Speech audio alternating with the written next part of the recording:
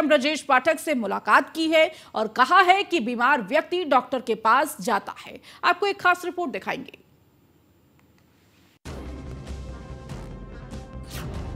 सियासत के नए मौसम वैज्ञानिक बने राजभर। जहां सत्ता का स्वाद वहां जाएंगे राजभर। यूपी के पलटू राम बन गए हैं राजभर। जी हां, ओम प्रकाश राजभर यूपी की सियासत के नए मौसम वैज्ञानिक बनकर उभरे हैं। 2017 से पहले ओम प्रकाश राजभर को पूर्वांचल के अलावा कोई नहीं जानता था, लेकिन बीजेपी से गठबंधन कर जब चुनाव लड़े और मंत्री बन गए तो पूरा प्रदेश जान गया।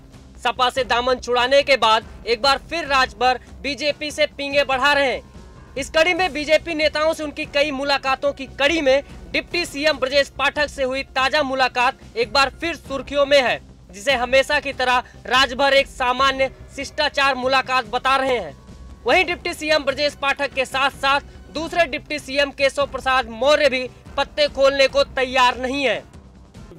मिलने को तो मेरे पास, मैं भी कल बैठा था। मिलना जुलना राजनीति में कोई भी किसी भी दल के कार्यकर्ता के नाते, चाहे हमारे ब्रजेश जी के साथ, चाहे मेरे साथ, चाहे हमारे प्रदेश अध्यक्ष के साथ या किसी अन्य पदाधिकारी के साथ, कोई दुश्मनी तो है नहीं किसी से।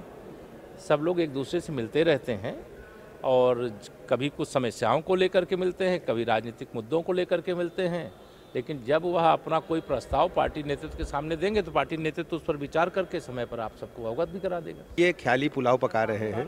उत्तर प्रदेश में उनकी क्या स्थिति है, प्रदेश की जनता ने उन्हें 4 चुनाव में बता दिया है और आप भी जानते हो।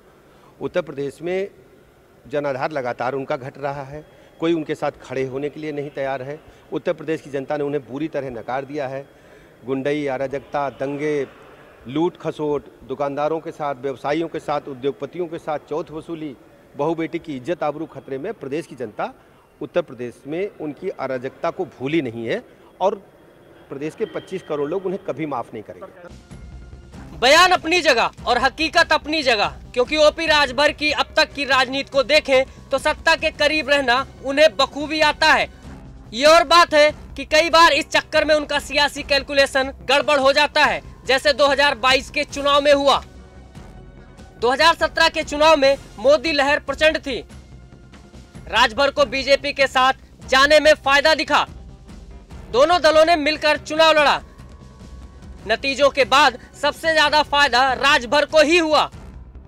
अपने कोटे में मिली 8 में से 4 सीटें राजभर जीत गए। 2019 के चुनाव के दौरान राजभर का कैलकुलेशन कुछ और था, तो 2022 के चुनाव के दौरान कुछ और। राजभर को लगा कि 2022 में सपा की वापसी हो जाएगी, लेकिन ऐसा नहीं हुआ। लिहाजा राजभर ने सपा से दूरी बना ली। फिलहाल सूत्रों की माने तो 2024 में राजभर बीजेपी के साथ जाएंगे, ये लगभग तय हो चुका है। लेकिन बात किस पर फंसी है, ये बात साफ नहीं है। डिप्टी सीएम ब्रजेश पाठक से ताजा मुलाकात में राजभर के साथ कुछ विधायकों के होने का भी दावा किया जा रहा है। अगर ऐसा हुआ तो भी यह बातचीत अंतिम दौर में होने के संकेत हैं। सूत्रों की माने तो राजभर की पार्टी पूर्वांचल में 3 से 4 सीटें तक मांग रही है, जबकि बीजेपी की ओर से सिर्फ 1 सीट, जो मऊ जिले की घोसी सीट है, उसे ऑफर करने की चर्चा है। राजभर योगी कैबिनेट में भी हिस्सेदारी चाहते हैं। सूत्रों की माने तो वो खुद गाजीपुर से लोकसभा का चुनाव लड़ना चाहते हैं। अब पेच जहां भी फंसा हो, लेकिन एक बात तो तय है कि राजभर की बीजेपी नेताओं से ये मुलाकातें महज इत्तेफाक नहीं है। योगी कैबिनेट के 2 अहम सदस्य ब्रजेश पाठक और नंदगोपाल नंदी से उनकी नजदीकियां जग जाहिर हैं, जिनमें वो खुलकर अक्सर मिलते दिखाई देते हैं। ऐसे में लोकसभा चुनाव से पहले अगर राजभर एनडीए का हिस्सा बन जाएं तो ताज्जुब नहीं होना चाहिए। वैसे भी राजभर अगर एनडीए में आते हैं तो सबसे ज्यादा फायदा उन्हीं का होगा, क्योंकि बीजेपी के साथ गठबंधन में उनकी पार्टी का लोकसभा में भी खाता खुलने की पूरी संभावना रहेगी। जहां फायदा वहां राजभर, ये बताने की जरूरत नहीं है। Bureau report, news 1 India.